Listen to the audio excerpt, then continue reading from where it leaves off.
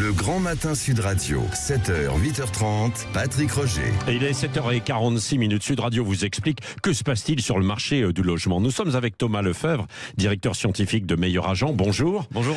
Vous avez sorti en fait une enquête. Alors, il y a plusieurs points très intéressants. D'abord, on va voir s'il faut continuer d'essayer d'acheter ou pas, de vendre, parce qu'il y a quand même, on a l'impression qu'il y a du surplace en ce moment. Les prix de l'immobilier, vous le sortez dans votre enquête, sont en baisse.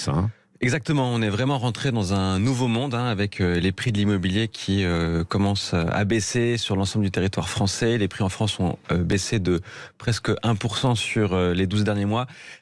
Ça semble très léger, il y a des fortes disparités, mais surtout ça contraste beaucoup par rapport au monde d'où on vient, où les prix l'année dernière avaient augmenté de 6%. Il y a des villes où ça baisse fortement ? Des villes où ça baisse effectivement fortement, des villes comme Paris où ça baisse presque de 5%. C'est pas là où la baisse est la plus forte. La palme revient à des villes comme Lyon et Bordeaux où ça baisse de 9%. 9% en un an sur le marché de l'immobilier, c'est très fort. Est-ce que ça veut dire aussi que les prix n'étaient pas trop hauts peut-être ? Les prix sont ajustés par rapport aux conditions de financement qui étaient exceptionnelles ces dernières années. Oui. Et donc aujourd'hui, compte tenu du fait que ces conditions de financement ont changé, les taux ont largement augmenté, on emprunte aujourd'hui à 4% sur 20 ans, globalement, oui, au vu de ces taux-là, les prix sont trop élevés. C'est ça le point qui déclenche tout, c'est-à-dire ces taux trop élevés aujourd'hui, c'est l'inflation derrière, quoi, non ? Globalement, la première chose, c'est l'inflation, c'est le fait qu'on cherche à combattre l'inflation et donc on a remonté les taux. On empruntait à 1% au début de l'année 2022, on emprunte à 4% aujourd'hui, donc globalement, l'équation aujourd'hui pour les ménages français est très compliquée. Alors les acheteurs, ceux qui hésitent, se disent je reporte. Est-ce qu'ils ont intérêt d'ailleurs à reporter leur achat ?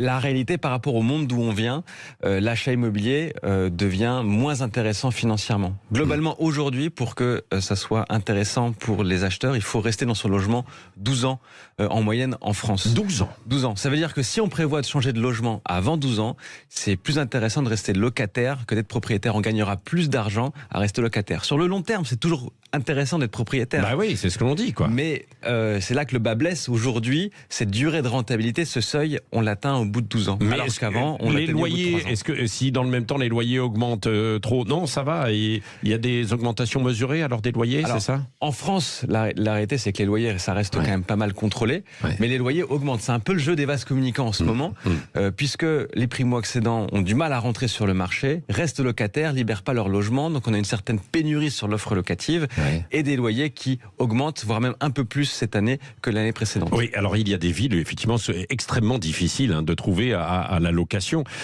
Revenons un instant quand même sur les baisses des prix de l'immobilier. Est-ce que ça va continuer là, 2023-2024 ?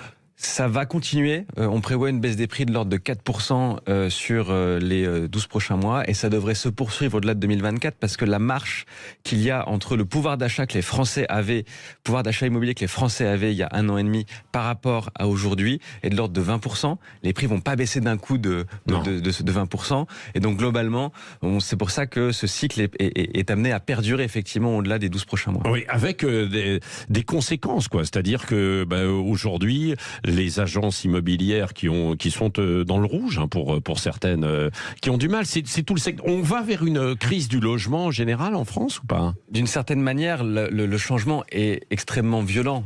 On est passé de 1% de taux d'emprunt à 4%. Donc, ce qui se passe, c'est que le marché s'ajuste en fait à ces nouvelles conditions de financement. On était sur des niveaux records en termes de volume de transactions. On était à 1 200 000 transactions dans l'ancien. Des prix qui étaient au plus haut. Donc, globalement, ce marché-là est en train de s'ajuster par rapport à ces nouvelles conditions de financement. Ouais. Et si je veux quand même acheter aujourd'hui, où est-ce qu'il faut investir ? Est-ce qu'il faut investir alors ?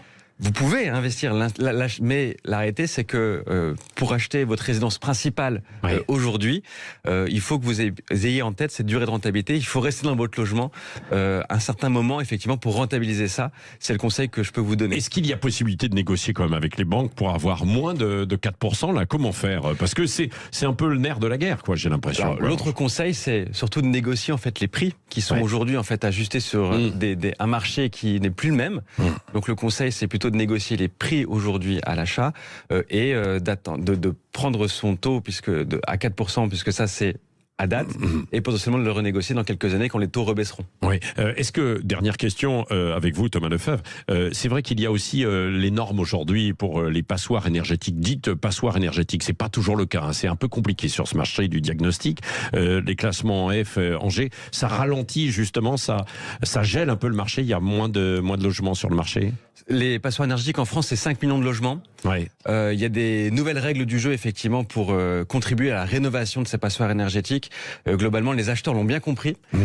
Et aujourd'hui, des biens qui sont notés F et G se négocient beaucoup plus et voient leur prix beaucoup plus baisser sur le marché. Donc c'est vraiment un élément de négociation qui est pris en compte par les acheteurs. Merci Thomas Lefebvre, directeur scientifique de Meilleur Agent. Merci pour cette enquête qui a été publiée hier. Vous pourrez la réécouter et la voir aussi sur notre site internet. Merci.